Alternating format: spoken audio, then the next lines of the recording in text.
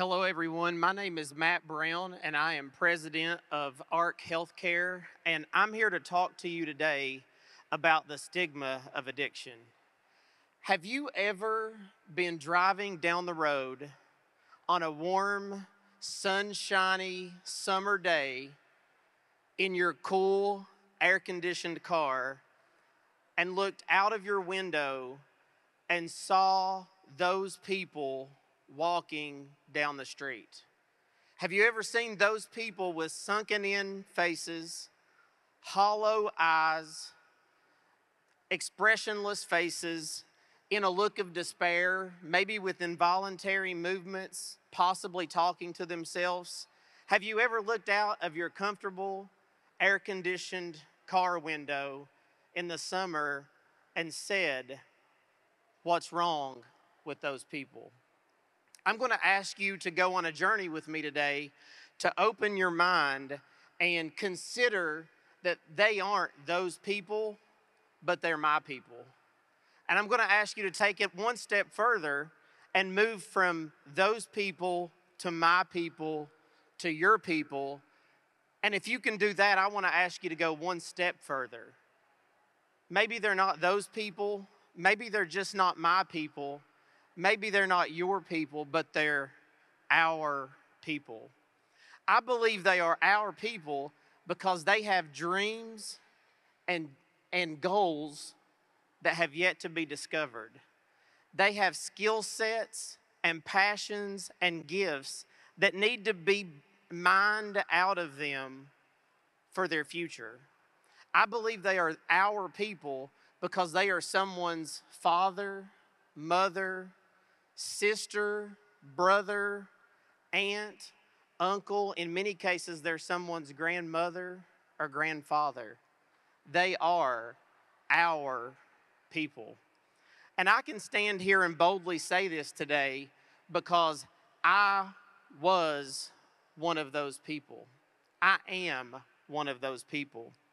I suffered from addiction for 18 years, from 1996 to 2014. I was lost, I was confused, I was suffering in silence. I had no idea where to turn. And in the winter of 2013, I rode my riding lawnmower to the pawn shop in the bitter cold in order to take my lawnmower to the pawn shop in exchange for money so that I could buy drugs. All the while, and I'm going to be bold enough to cross the stage, all the while working as a physical therapist in our hometown, making a six-figure income. But before work, during breaks, at lunch, and after work, living a double life and doing what those people do, which is lying, cheating, stealing, and deceiving in order to get their next fix and run from the withdrawals. I was one of those people, and I still am. I ended up in treatment in 2014, but not until I called many, many places for the last 9 years of my 18 years addiction. In Kentucky before 2014, there was very little help to be had for someone that had addiction. There were good places, just not enough of them. I would call and people would say, "We can help you in 6 months, maybe. We can help you in 4 months, maybe. We can help you tomorrow if you have $10,000. But I didn't even have $10. And now, because Kentucky in 2014 and 2015 expanded Medicaid through the Affordable Care Act, created a comprehensive benefit for all levels of care of substance use disorder treatment for Kentucky of the masses to be able to receive addiction treatment when they need it. Help is now readily available. I'm really proud to say that Kentucky is one of the first states in all of Appalachia to do both of those things and allow people to get the help they need when they need it. And thankfully, Kentucky was one of 8 states in the entire nation that had a reduction in overdose deaths between 2021 and 2022. So what I want to talk about a little bit today is I want to talk about who are these people that are my people, your people, and our people. Well, the neat thing about it is today in Kentucky, you don't really have to look very far to find us. You can look over here and you can see Asian Lucas.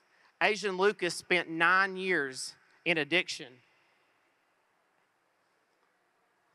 To my top right, your top left. A judge gave her one more chance in 2014.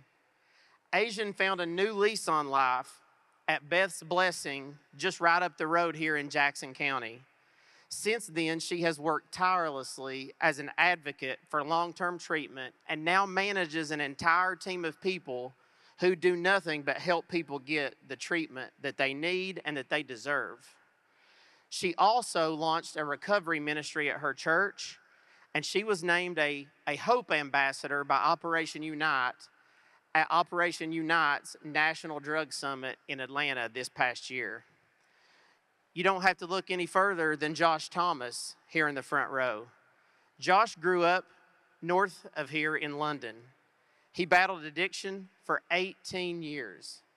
Josh was arrested 6 times, and now he's over 6 years in recovery from substance use disorder. He was a director at a local men's center in Somerset, Lake Hills Oasis, and now he works for Addiction Recovery Care in our healthcare compliance department as a grievance coordinator. Asian Lucas and Josh Thomas, they're our people. Frida Ford, she spent the better part of 20 years in jails, treatment centers, and psych wards. At the age of 48, she found herself on the run from police. Her daughter filed a missing police report and a missing persons report, and by the grace of God, the police found her. She's now more than 2 years into her recovery journey. She's a Kentucky State certified peer support specialist, and she's a residential coordinator at a women's facility in Inez, Kentucky. Zach Lynn, he grew up in Somerset. He spent 5 years in addiction. Zach just celebrated 3 years of recovery. And today he serves as a regional manager for several businesses that include 2 coffee shops, a fitness center, and 7 convenience stores. Zach is today living a life that he never thought was possible. He is a fully present and trusted brother, uncle, and friend. Frida Ford and Zach Lynn are our people. Kylan Webb. Kylan grew up in Boyd County. He spent 7 years in active addiction, and now he is an active member of one of the most innovative marketing teams in the entire state of Kentucky. Kylan now is over 16 months of recovery, and he is a present and active father, husband, and son. And lastly, we have Michael Clark. Michael Clark started experimenting with drugs at the age of 15. He's been arrested over 30 times, and he spent 20 years in addiction. I want you to hear this part. While in jail, a letter from his daughter changed his life. The letter read, "Dad, we wanted to write you and tell you we have decided to move on with our lives. We don't want you to be a part of it anymore. You'll always be our dad, but you have broken our hearts. We hope something can make you happy because we never could. Oh, by the way, our little brother, Carson, he lost another tooth." That wrecked Michael's world, and he went on a long journey of recovery. And today he's over 7 years of recovery. He has planted a church in Letcher County. He is pastor of that church, Rooted Church in Letcher County. He's a strong citizen, husband, father, taxpayer, and employee. Michael Clark and Kylan Webb, they're our people. And so what I want to ask us all to do, including myself today, is that next time that we're driving down the road in our comfortable cars, living our comfortable lives, and we see some folks walking that are in despair, I want to ask us all, including myself,